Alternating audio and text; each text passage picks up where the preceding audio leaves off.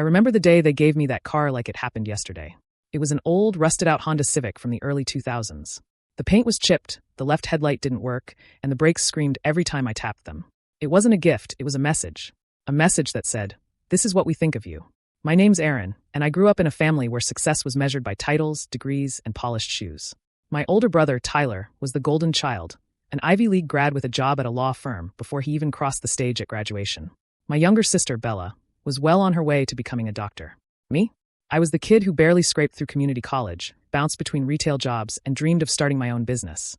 Something no one in my family took seriously. They used to laugh at me during dinner. "Another business idea, Aaron? What is it this time?" "Selling socks for dogs. Maybe next time he'll invent self-cooking ramen," Tyler would add with a smirk. I laughed too, just to mask the sting. But deep down, I was tired of being the punchline in their jokes. Every family gathering felt like a resume contest I couldn't even qualify for. The car was the final nail. It was given to me on my 25th birthday. No wrapping paper. No bow.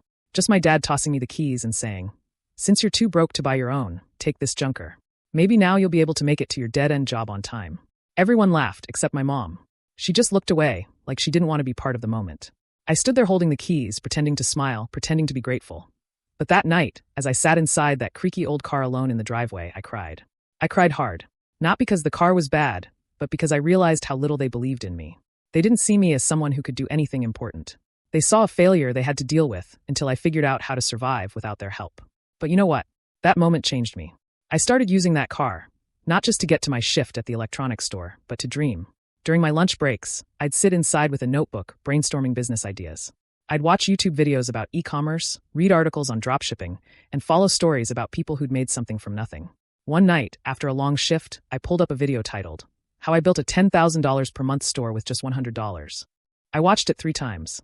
The guy was nothing special, just some regular dude selling phone accessories online.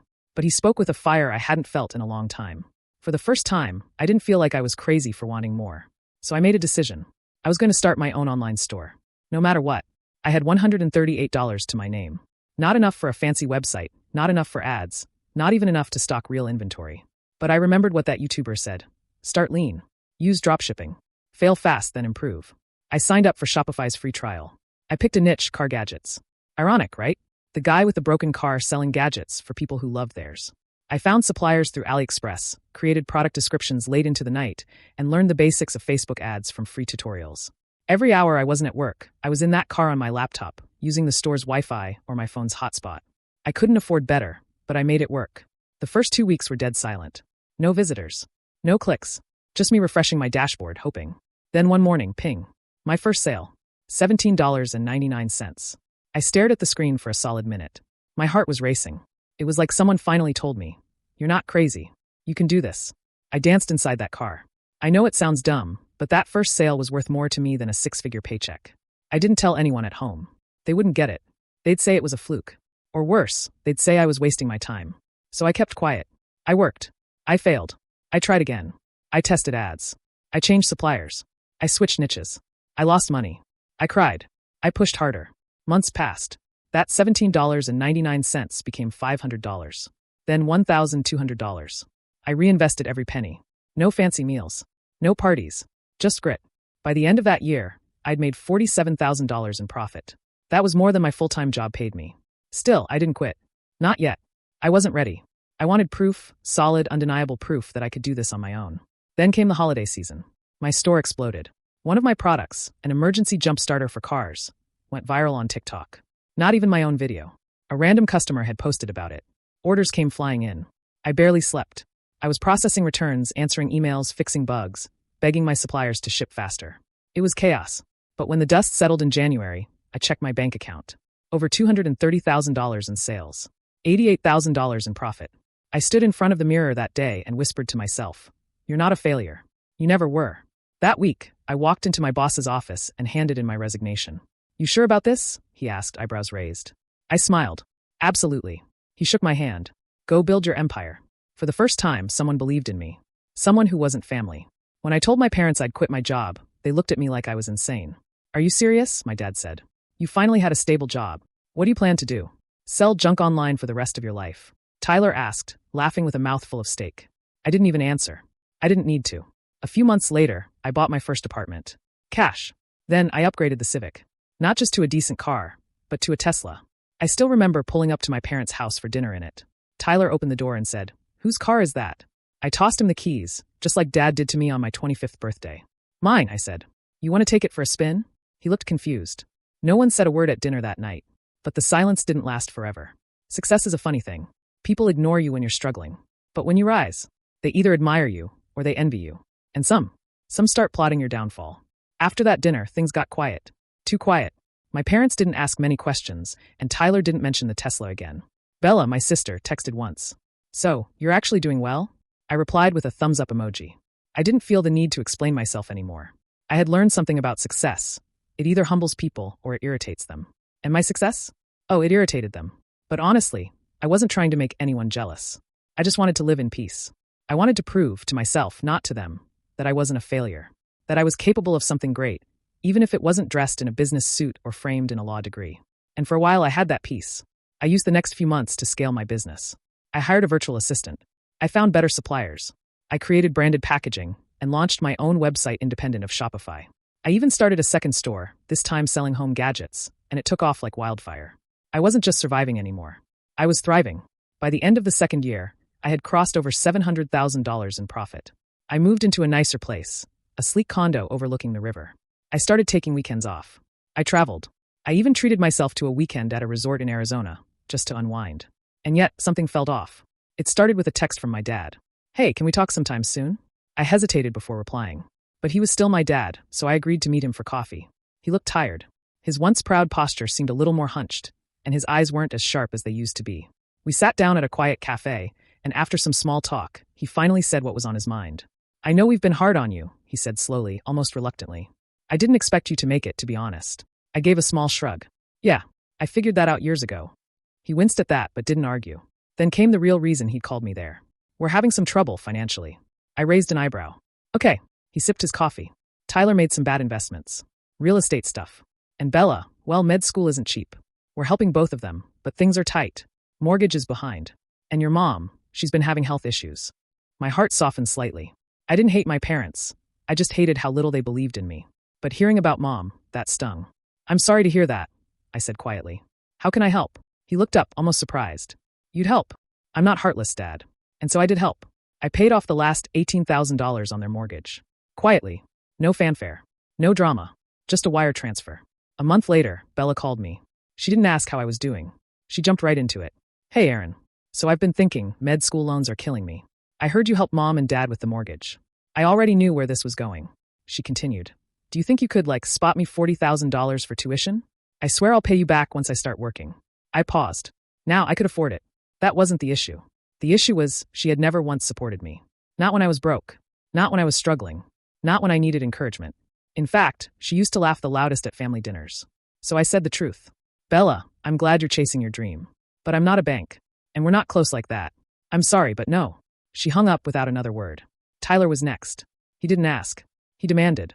We were at a barbecue at my parents' place when he pulled me aside. "I heard about Bella. You said no to her?" I nodded. "Yeah, I have my reasons." He scoffed. "You're unbelievable. After everything Mom and Dad did for you." I turned to him, genuinely confused. "What did they do for me, Tyler?" "They handed me a broken car and told me I was a failure." He stepped closer. "You're rich now. You could at least give back." "I did," I said firmly. "I helped them with their house." He laughed bitterly. "You think that erases the fact that we supported you all your life?" "Supported?" I repeated. "You mocked me. All of you. I was the family joke." He didn't answer. Just walked away. A few weeks later, I got the first letter. It was from an attorney. At first, I thought it was some mistake. But no, it was real. Tyler and Bella were suing me, claiming I had promised to invest in their futures, that I had owed them support because of shared familial contributions and expectations. In short, they were saying I owed them money for becoming successful. I showed the letter to my lawyer, and even she raised an eyebrow. "This is creative." "Nonsense, but creative." "Can they win?" I asked. She shook her head. "Not unless there's evidence. And even then, it's weak." Still, I was furious. They weren't suing me because I hurt them. They were suing me because they couldn't stand that the failure of the family had become the most successful one. The next few weeks were chaos. My name was dragged through whispers at church, at family gatherings, at every community event where someone knew us. Aaron got rich and forgot where he came from. Aaron doesn't care about family. Aaron's too good for his siblings now. I kept my head down. I focused on work. I launched a third brand. I hired 2 employees. I donated anonymously to local shelters. But at night, when things were quiet, I couldn't help but wonder. How did it come to this? All I ever wanted was their support. Not their money. Not their praise. Just belief. And now, here we were, on opposite sides of a courtroom. The court date was set. My parents didn't say a word. Not to me. Not publicly. They stayed silent. That silence hurt more than anything else. I sat alone with my lawyer on the day of the hearing. Tyler showed up in a tailored suit. Bella wore her white coat from med school, like she wanted the judge to see how important she was. They didn't look at me. Not once. As the judge entered the courtroom, I took a deep breath. I wasn't here to defend myself as a businessman. I was here to defend myself as a person. As someone who had been broken, humiliated, and doubted, and still found a way to rise. And I promised myself one thing. I would not go down quietly. The courtroom felt colder than it should have. Maybe it was the air conditioning, or maybe it was just the chill of betrayal hanging in the air. I sat quietly at my table, dressed in a simple button-down shirt and slacks, nothing flashy. I didn't want to look like the millionaire they claimed I had become. I just wanted to look like me. Across the room, Tyler and Bella sat with their lawyer. I caught a glance from Bella. It wasn't angry or hateful. It was worse. It was smug. Like she thought they'd already won. The judge, a stern-looking woman in her 60s, looked over the case files with a frown. So, she began, flipping through papers, the plaintiffs claim that the defendant, Aaron, received significant emotional and financial support from the family throughout his early adult life and now owes financial compensation as an implied return for that support. Their lawyer stood up. Yes, Your Honor. There's a history of family contributions and sacrifices. My clients were led to believe they would be part of Mr. Taylor's success, especially since it was achieved during the time he was still reliant on family support. I wanted to laugh, but I didn't. Instead, my lawyer stood. Your Honor, this case is not only baseless, but it's also absurd. There are no contracts, no written agreements, and no formal promises of shared wealth. If we sued every successful sibling for not cutting a check to the rest of the family, the courts would never sleep. The judge nodded slightly, but her expression remained neutral. I'll hear both sides. The plaintiffs were up first. Tyler took the stand. He wore a suit I could tell he didn't normally wear. It was stiff on him. He talked about our childhood, how we shared bedrooms, how he helped me fix the car that barely ran. We gave him a place to stay, Tyler said. He was jobless. My parents fed him, let him use their Wi-Fi. I drove him to job interviews, sometimes gave him cash for gas. We supported him emotionally when he was down. That last part? A complete lie. I stayed quiet. I'd get my turn. Next was Bella. She looked like she was preparing for a TED Talk. We were raised to value family, she said smoothly. And when Aaron started his business, he came to me for advice. I encouraged him. I gave him tips. I told him about business courses I was taking. That might have happened once. In a hallway conversation that lasted 45 seconds. She went on. He promised he'd never forget us. That he'd take care of us if things went well. We trusted that. Then their lawyer pulled out a screenshot. It was a text. From me. 3 years ago. It read, "If this ever works out, I'm taking the whole family to Hawaii. You'll see." They used that as evidence. I leaned toward my lawyer. That was a joke. She whispered, "Doesn't matter. It's not a legal promise." But in that moment, I understood something. This wasn't about Hawaii. Or money. Or even the lawsuit. It was about resentment. I had outgrown the box they built for me, and now they were trying to cram me back in. Then it was my turn. I walked to the stand and sat down. I looked at the judge, not at my siblings. I was never the golden child, I began. Not in our family. I wasn't smart like Bella. I wasn't outgoing like Tyler. I didn't have a college degree. I didn't even have a working car. I took a breath. They gave me that car as a joke. It was falling apart. They laughed about it. My dad told me, "Let's see what the genius does with this." That stuck with me, because in their eyes, I was always the failure. The judge leaned in slightly. I started my business alone, with $327. I didn't ask anyone for funding. I learned everything on YouTube. I worked 14-hour days. I handled returns, angry customers, packaging, website crashes, everything. I turned to the lawyer. Bella says she gave me advice? Once. In passing. Tyler says he helped fix the car? He stood in the driveway and told me I was wasting time. The courtroom was silent. I never promised them anything. No contracts. No agreements. That Hawaii comment? That was me dreaming out loud. I was hopeful. I wanted to believe success would bring us closer. I was wrong. I looked down for a second, then back up. But I did give back. I paid off my parents' mortgage. Quietly. Without asking for credit. I did that because I cared. Because despite everything, they're still my family. But now, I'm being dragged into court for choosing to set boundaries. I finished with a quiet, firm tone. I'm not here because I broke a promise. I'm here because they couldn't accept that I didn't need their approval to succeed. The judge called a recess. I stepped outside for air. My hands were shaking, but not from fear. From sadness. How did it come to this? We were supposed to be family. We were supposed to cheer for each other. But they only clapped when it was their show. When it was mine, they sued. My mom came out after a few minutes. She looked older than I remembered. Tired. I didn't know they were going to sue, she said softly. They told me it was just a misunderstanding. I nodded.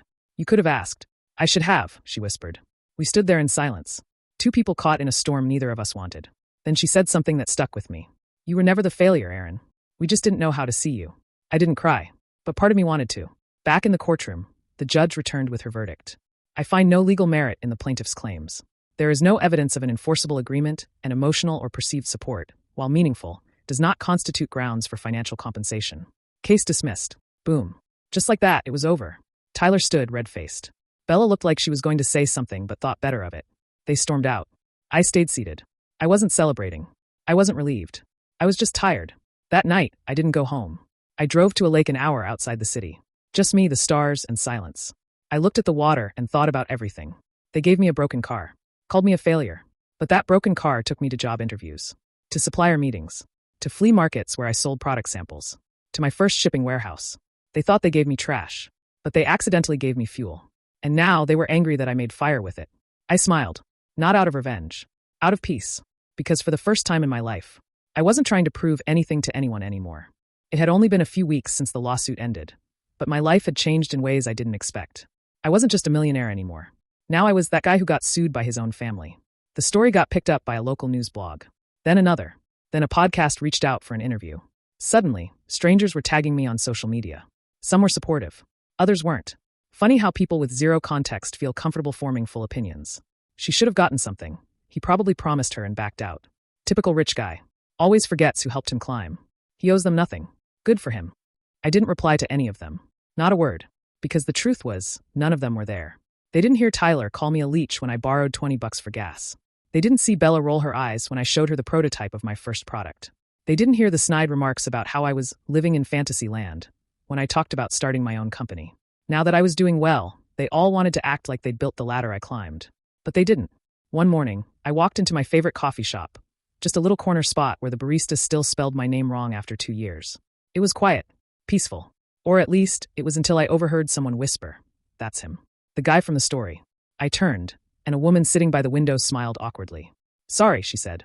I saw the article. The lawsuit. I didn't mean to stare." I nodded. "It's all right." She looked hesitant, then added, "That must have been tough." I didn't know what to say. I wasn't used to being recognized, especially not for something like that. So I just shrugged. "It was," I said honestly. "Still," she continued, "you handled it with class. Most people would have burned everything down." That made me smile. Because honestly, I thought about burning it all down more times than I could count. But something held me back every time. I went back to work like nothing happened. My business, an online product line for sustainable, minimalist gear, had been doing great. But now it was exploding. Traffic tripled. Orders flooded in. I had to hire more staff, expand fulfillment, and start looking for a second warehouse. Apparently, people respected a man who stood his ground. But success still came with its own kind of loneliness. You'd think winning would feel like a high, like champagne and confetti and cheering. But all I felt was silence. Empty silence. Because no matter how much money you make, it doesn't replace family. And mine? Mine had broken itself chasing a piece of my success. Then one evening, I got a call I wasn't expecting. "Hey, it's Dad." My stomach clenched. We hadn't spoken in months, not since he told me the lawsuit was a family matter and that I was handling it too publicly. "What's up?" I asked, cautious. "I heard about the new warehouse," he said. "Congrats." "Thanks." Silence. Then he added, "I also heard your mother visited you in court. She didn't tell me until recently." "Yeah, she did. She said you handled yourself like a man." I wasn't sure what that meant coming from him. Approval? Regret? A mix? "I just told the truth," I said. He sighed. "Look, Aaron, I didn't agree with what your siblings did. But I didn't stop them either. That's on me." I didn't respond. I wasn't sure what I even wanted to hear. "I won't pretend we were always supportive," he continued. "We weren't. We made jokes. We doubted you. I doubted you. That one hit hard. But I see now," he said. "You didn't need our permission. You just needed your shot. That call didn't fix everything. But it opened a door. A small, barely cracked door. One that said, maybe healing is possible. Not today. Maybe not this year. But someday." A few nights later, I sat on my balcony with a glass of water and my laptop. I started typing. Not code. Not marketing copy. A letter. To my younger self. "Dear Aaron," I wrote, "you won't believe what's coming. They'll laugh at you. Mock your dreams. Call you a loser, a leech, and worse. But don't let that stop you. Because one day you'll stand in a courtroom. Not as a criminal, but as a man defending the life you built with nothing but grit." I kept typing. "You'll lose people. People who share your blood. People you once called home. But you'll find yourself in that loss. You'll learn who you are when the noise fades. And when you finally make it, don't gloat. Don't rage. Don't seek revenge. Just live. Peace is louder than applause. One day, I got an email from Bella. Subject line, no excuses. Just honesty. I opened it. The message read, Aaron, I know I hurt you. I know I crossed lines that can't be uncrossed. I was bitter. Angry. I felt like you had escaped a life I was still stuck in, and it wasn't fair. I should have been happy for you, but I wasn't. I'm not asking for forgiveness. I'm just saying I'm sorry. Bella. I stared at the screen for a long time. Then I hit reply. Thank you. I hope you find your peace too. And I left it at that. Sometimes I still drive by that rusted out car in my warehouse. The one they gave me as a joke. It doesn't run anymore. But I keep it. Like a monument.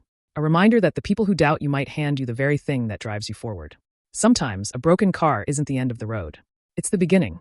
And maybe, just maybe, the road ahead is finally mine to choose. A few months had passed since that conversation with my father. Since the letter to myself. And yet, I still couldn't shake the weight of everything that had happened. The lawsuit was over, but the emotional scars still lingered, like a silent shadow that followed me wherever I went. I was doing well. Maybe even better than I ever imagined I would. My business continued to grow at an explosive rate. People trusted my brand, believed in what I was offering. The recognition felt good. But the internal peace I was seeking? It was still elusive. I kept thinking that once I made enough money, once I proved them wrong, I'd finally feel complete. But the truth? The truth was that no amount of success could replace the emptiness I still felt in my heart. I had everything I thought I wanted, but something inside me was still broken. One evening, after a long day of work, I walked into my apartment to find a letter on the kitchen counter. It was from my mother. I hadn't heard from her in months. Since that day in court when she showed up, her presence lingering in the background, offering no words of comfort, but simply being there as a silent witness to everything that had transpired. I sat down and opened the letter. It read, Aaron, I've been thinking a lot about everything that's happened. About the lawsuit, the way we treated you, and the choices we made. I'm not proud of it. I don't expect forgiveness. Maybe that's something I'll never earn. But I want you to know that I see you now. I see how hard you fought, how much you sacrificed to get where you are. And while I can't undo the past, I want to make things right. I'm sorry for the pain I caused you. I'm sorry for not believing in you when you needed me most. Mom. I stared at the letter for a while, unsure of how to feel. There was a part of me that wanted to scream, that wanted to remind her of everything she had said, of all the times she had belittled me. But then there was another part of me, one that was tired of holding on to anger. The next day, I called her. Mom. I said when she picked up. Her voice was shaky, but I could tell she was relieved to hear from me. I got your letter, I continued. I'm not ready to forgive you. Not yet. But I'm not holding on to the anger anymore. She was quiet for a moment. I understand. I'm not asking you to forget what happened.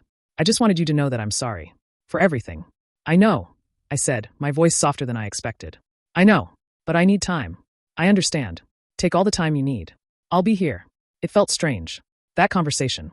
Like a piece of the puzzle finally snapping into place. I wasn't ready to make peace with the past, but I was finally ready to stop letting it control me. It was a small step, but it was a step forward. A few weeks later, I was sitting in my office when an unexpected call came through. It was from Tyler. My heart sank. I hadn't spoken to him since the lawsuit. I had no desire to, honestly. But I answered. Hey, Aaron, he said, his voice a little hesitant. I know we haven't spoken in a while and, well, I wanted to apologize. I was taken aback. Apologize? Yeah. Look, I wasn't exactly a good brother to you. I said a lot of things I didn't mean. Things I regret. I don't know what came over me. I didn't know how to respond. Part of me wanted to scream at him. To remind him of all the ways he tried to tear me down. But then I remembered the letter from Mom. Maybe there was room for healing. Maybe it was time to stop playing the victim and start choosing something better. I appreciate you saying that, I finally said. But you can't just say sorry and expect everything to go back to normal. I need time too. I get it, he replied. I'm not asking for things to be the way they were. But if you're ever ready to talk, I'm here. We ended the call with a simple goodbye. And for the first time in months, I felt a sense of relief. Life wasn't perfect. Not by a long shot. But something had shifted within me. For the first time, I wasn't defined by my past. I wasn't defined by the broken car or the failed relationships. I was defining myself. And that was enough. As the months passed, things began to settle. The business kept growing. I kept learning. And for the first time, I realized that the success I had achieved wasn't just about money. It wasn't about proving people wrong. It wasn't about showing off. It was about finding my own path, my own peace, and my own sense of self-worth. I made a decision. I wanted to give back. I started a scholarship fund for students from underprivileged backgrounds. Kids who had big dreams but didn't have the resources to make them come true. I began mentoring young entrepreneurs, sharing the lessons I had learned from my failures and successes. I wanted to be the kind of person who helped others rise, because I knew what it felt like to be left behind. One day, I sat in my office looking at the view from the top of my building. I realized that I had come a long way from the broken car and the family who once doubted me. The journey wasn't over. It never would be. But the road ahead was mine to walk. On my own terms. I still think about the past sometimes. I still think about the broken car, the hurtful words, and the people who turned their backs on me. But now, I see those things for what they are. The lessons that shaped me. The obstacles that made me stronger. And for the first time, I'm grateful for them. Because they were the things that led me to this moment. To my success. To my peace. To the man I've become. And I know, now more than ever, that the future is mine to create.